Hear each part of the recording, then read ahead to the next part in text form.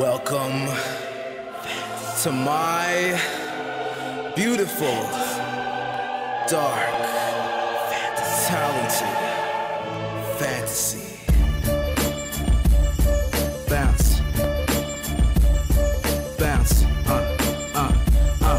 bounce.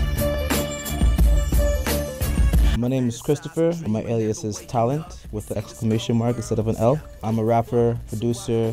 At first I wanted to be an author because I was always writing. That's what my mom always had me doing in my spare time. And then basically I just branched out into different creative things. My mom got me into all kinds of arts, dance, all kinds of stuff. And eventually I found rap music as the best medium. I started off making little tunes, melodies on my sister's piano. And then eventually I combined my love of poetry with the music, and that's why I started rapping. It's almost like therapy.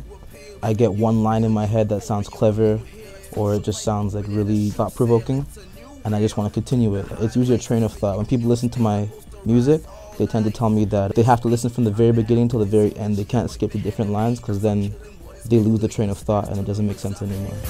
I fantasize and dream of never waking up. You see this cold world, see I could give a fuck. So I open my eyes and see what's really up. I just keep them closed and hope my dreams get real enough. Oh yeah, same for my nightmares. I just see them as scary adventures through my ideas. This right here, what you're hearing right now, was a dream world experience I happened to write down. My name's Jordan Longo, aka Enzo St. Clair. I'm a engineer and producer and a rapper. I like working with Talent a lot. We've been working together about a year now. We've done a couple of songs together where I was featured on some of his songs. I recorded a lot of his stuff on his upcoming project, April Showers Bring Me Powers. He goes out of the typical box that most rappers stay with, like the mainstream stuff, and he like touches on really different topics, and he's a creative artist, so it's always fun to work with Talent.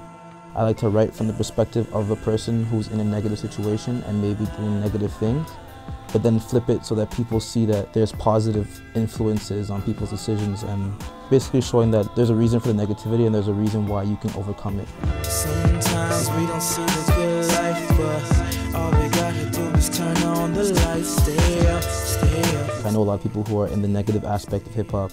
They're doing gang-related songs and stuff like that, and when they hear my music, it's almost like they feel threatened. They can't believe that someone who's not talking about that can also make good music.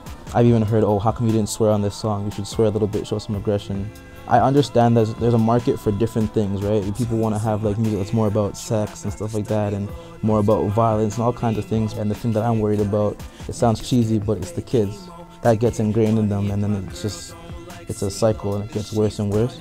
So I think censorship is something that should be considered, but I mean, I understand there's freedom, but I think people have to take responsibility for what they do and really see if they can live with themselves. With the music, especially with rap music, there's a lot more flexibility. You're not confined by rules of language and stuff like that. You know, you can bend the rules, and there's a lot of room for expression that you can't get from writing a story. And I'm writing my own story with the music, so.